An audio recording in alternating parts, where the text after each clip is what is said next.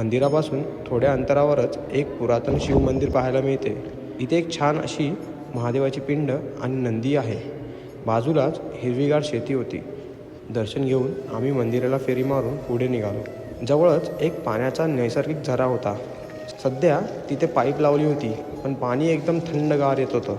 या भर उन्हात थंड पाणी पिलं आणि काही पाणी बॉटलमध्ये सुद्धा भरून घेतलं. इथे मातीच्या छान अशा पायऱ्या बनवल्या होत्या. जवळ मंदिराच्या बाहेर हनुमान मंदिरात दर्शन घेऊन आम्ही निघालो डोंगराच्या पायथ्याशी असलेल्या मोरोशी गावात. इथे सुद्धा एक ज्योतिबा मंदिर आहे. निनाम गावची मानाची सासनकाठी जेव्हा चैत्र यात्रेला कोल्हापूरला जाते, तेव्हा मोरोशी गावचा ज्योतिबा आणि जळगावचा ज्योतिबाचा चौरंग हा निनाम गावात येतो आणि तिथे उत्साहात ज्योतिबाचा छबिना होतो. ही परंपरा शेकडो वर्षापासून चालू आहे. ज्योतिबाची छान अशी मूर्ती इथे आहे. आम्ही दर्शन घेतलं आणि मंदिराला फेरा मारला.